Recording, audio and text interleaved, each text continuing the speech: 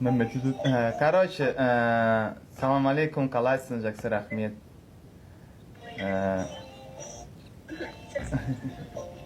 Солсын, bugün tuğan günü kutlu olsun.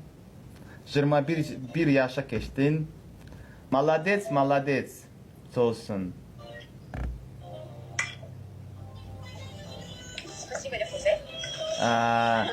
И Fuat solsun Akoş Peter'e delangına Akoş ayette ki Fuat sen bana masaj eləsin be 1 saat 2 saat eləsin be. И solsun поэтому Fuat'a sana 2 sürpriz var. Bir sürpriz senin kafesine 20 minut 30 minut gelir. Sen kafene. Das kuryer, доставка. И başka подарка Şımkent'te spa salona 2 saat.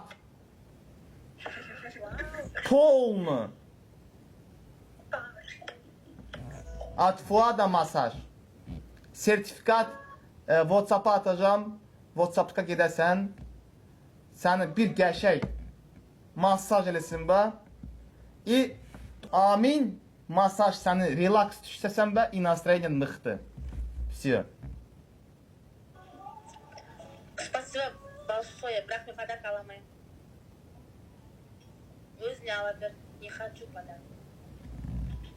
Bana pofiq, хочешь, не хочешь, ben aytdım, kuryer gelecek. İstəyirsən get spağa, istəyirsən getməsin, bana pofiq.